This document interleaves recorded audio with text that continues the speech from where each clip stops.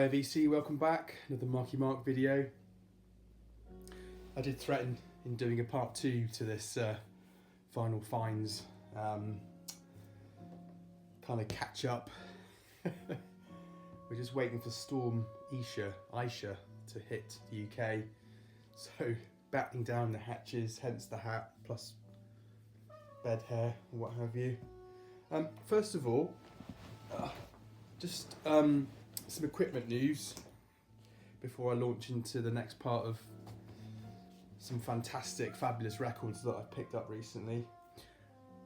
Kept finding I was getting a bit of a buzzing sound on the amp. It's a name amp, love name, fantastic amp. But more often than not, I was getting a little buzzing sound on the chassis. It's quite common. So I did lots of reading and kind of realised there is a quick fix. It wasn't a ground loop. I wasn't getting anything out of the speakers, no buzzing out of the speakers. It was out of the chassis of the amp. So I picked up this, like an IFI DC blocker. I think it was about 80 quid.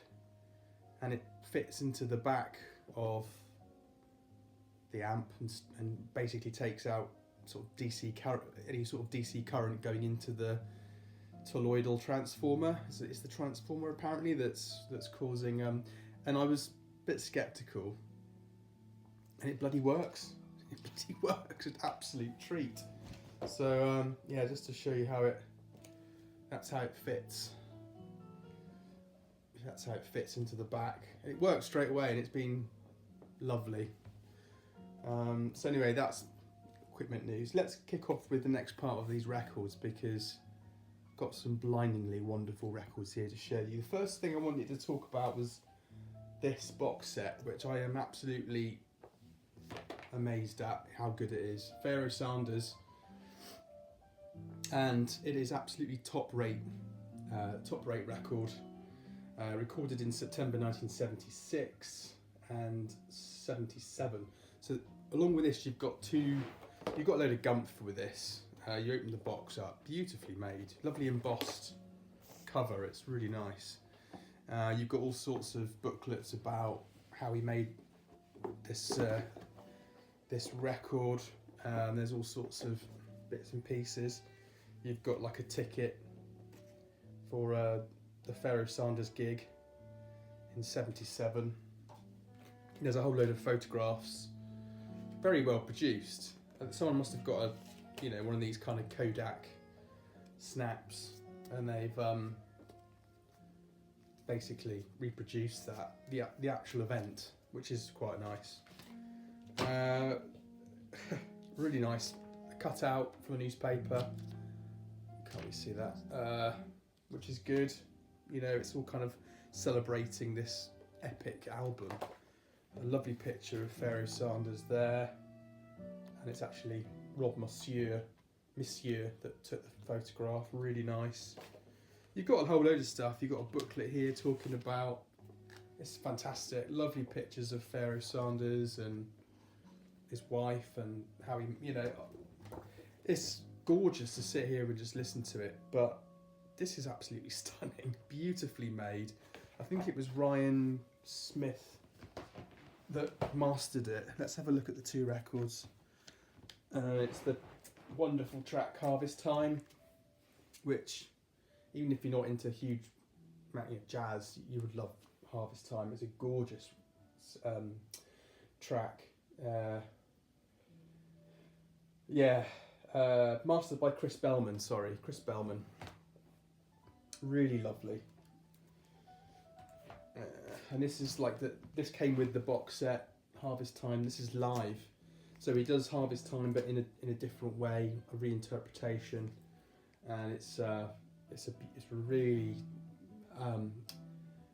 it's bewitching. I think that's a good word.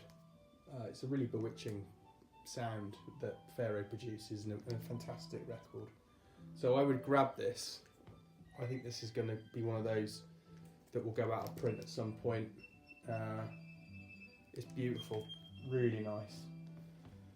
I kind of got that off the back of the Alice Coltrane album I showed, featuring Pharoah Sanders.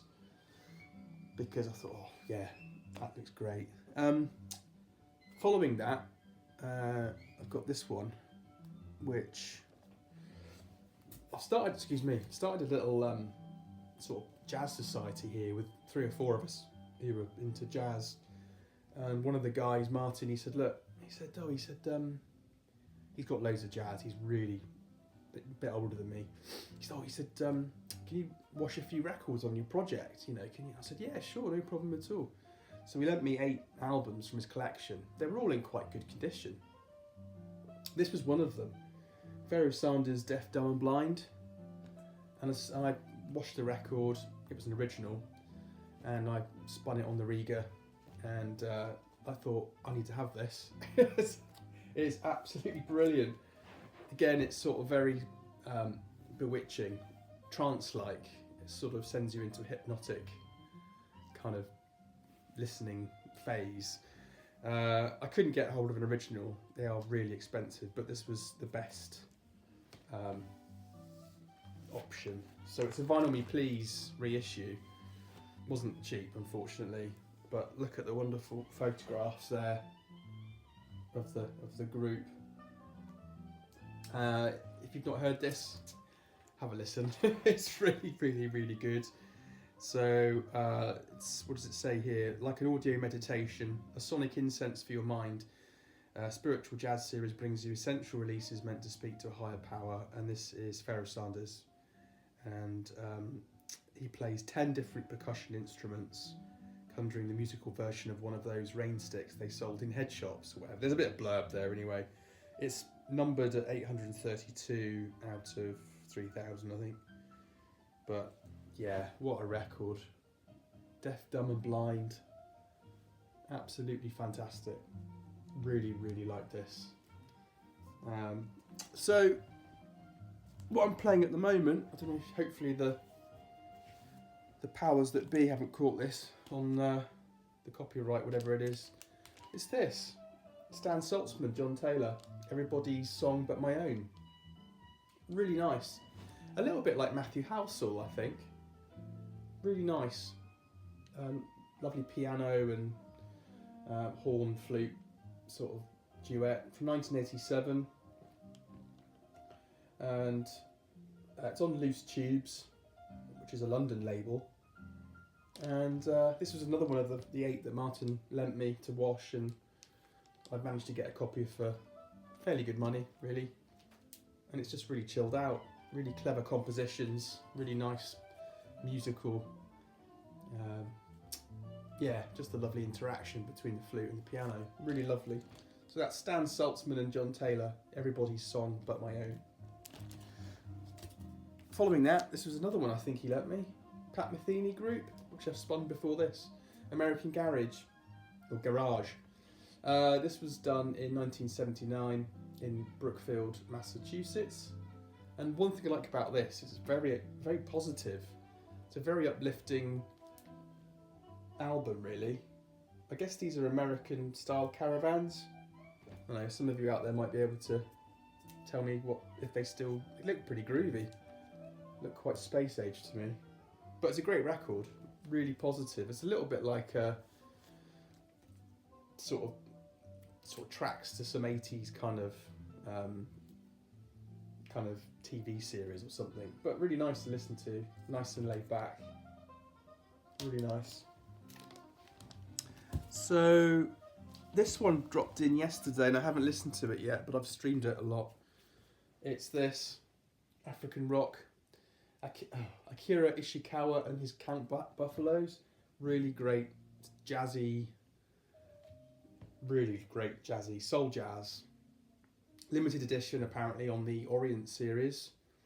Groove masterpiece by the great Japanese drummer Akira Ishikawa, reissued for the first time since 1971.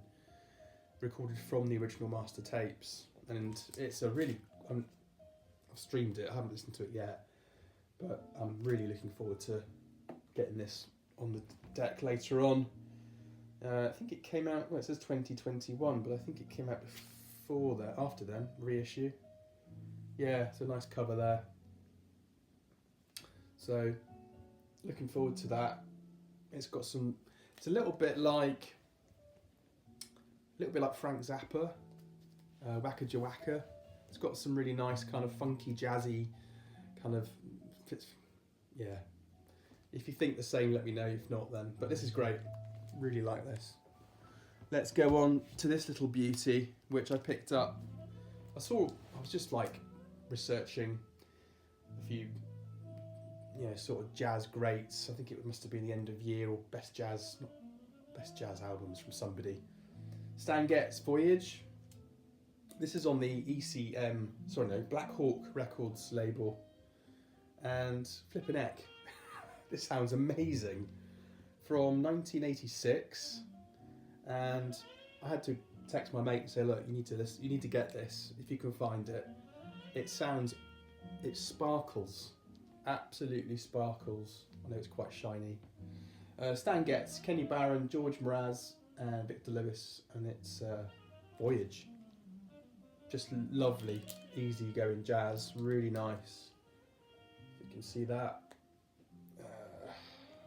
It's got the old price tag there, £6.99. So what's that? $8.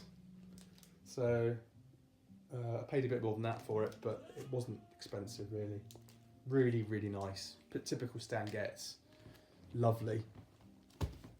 Right, moving on to a couple of Pablos now. So this was a bit more expensive than the usual Pablo. It's Dizzy Gillespie, composed and arranged by Lalo Schifrin. Lalo Schifrin was the guy that did the music for Dirty Harry, the Clint Eastwood films. And I showed a CD that I got, a signed CD that I found in a thrift shop. This is funky as hell. It's got to be the most funkiest thing that Pablo ever done, I think. I've got quite a lot of Pablo. And it's a great picture of Lalo and Dizzy there. And this was recorded in 1977, so the year I was born. And it's absolutely brilliant. I went back into the record shop in the town and said, look, this was fantastic. He said, yeah, I've got a copy as well. It's really, really, really good. Sounds amazing for its age. It's perfect, actually. It's a perfect sounding out album. You can see that, hopefully. Hopefully, yeah. So yeah, Dizzy Gillespie, Lalo Schifrin, really great. And then this one came up, Duke Ellington and Ray Brown. This one's for Blanton. I mean, I'm learning the double bass there. That's Gertie. And this is just fantastic. Really good. You can see there, look, Ray Brown on the bass in the background. It's really deep. And the two just collaborate so well on this. This was recorded in 1972 and came out in 1975. So this is either a repress or they waited a few years. So I've got a bit of cold. I feel a bit rubbish today, unfortunately. In the same record shop, I was just flicking through. I don't know if you do it, but I'm there with my headphones and just chilling out, relaxing. And if I see something interesting, I'll just see if I listen to it, see if I like it, and I'll buy it. So this is Lenny White, Venetian Summer, and 1975 on WRA. And it's got it was £18. That's how much I paid for it. And there's an old label there from a very famous record shop in Plymouth called Pete Russell Limited. And he's apparently very, very well. He died sadly, but he's very well known. But this is one of his records from the shop. But look at that cover. It just reminds me of something from like Conan the Barbarian. You know, that sort of late 80s, early 90s, or late 80s, sort of Dungeons and Dragons type thing. It's the sort of thing I would have done as a 14-year-old lad. But it's a fantastic cover, that. Hopefully you can see that. But yeah, really great jazz. Just funky and just well worth your time if you see this. Just looks fantastic. Really corny and non-PC in today's world, but who cares? I just love that cover. Beautiful record. Right, so another record that Martin lent me that I had to get was Marilyn Crispell solo piano. Really intimate, great sort of great, just a lovely piano set, really. quite avant-garde, sort of, you know. Rhythms hung in undrawn sky. Yeah, there's a lot of just greatness on it. It's great. It's very musical. It's not too harsh on the ears. She's amazing. That's the back of it. What's the word I'm looking for? Contemporary, I think that's the word I'm looking for. But all the compositions she's written, and again, not expensive, but a really nice record, really good. Howling Crispell, Rhythms Hung in a Drawn Sky, Undrawn Sky. I live a bit of Chick Corea now. This is great. I've got a bit of Chick Corea. What have I got? I've got Now He Sings, Now He Sobs, and I've got the acoustic set that he recorded with Dave Weckley and the other chap. But this is him on his own, doing his own sort of it's called Piano Improvisations Volume 1, recorded in April 1971. And it's amazing, it's gorgeous, just fantastic. It's all over the place, it's fabulous, but not too much. I got it quite cheap because the lamination on the cover was bubbling and stuff, but the record sounds fantastic. It's on ECM, they do some great records. 1970, and hang on, recorded in 1971. Okay, yeah, so 71. That's Chick Corea, Piano Improvisations. Can't go wrong with that. Really good. And just last but not least, following my little Chico Freeman craze, had to pick up some Chico Freeman. I've seen him being a few places, sort of his albums being shown, and he's still alive. And the guy from our jazz society's met him a few times, and he got me into Chico Freeman. So I picked up this. It's with Quiet Storm, Sweet Explosion with Brainstorm, and it's got this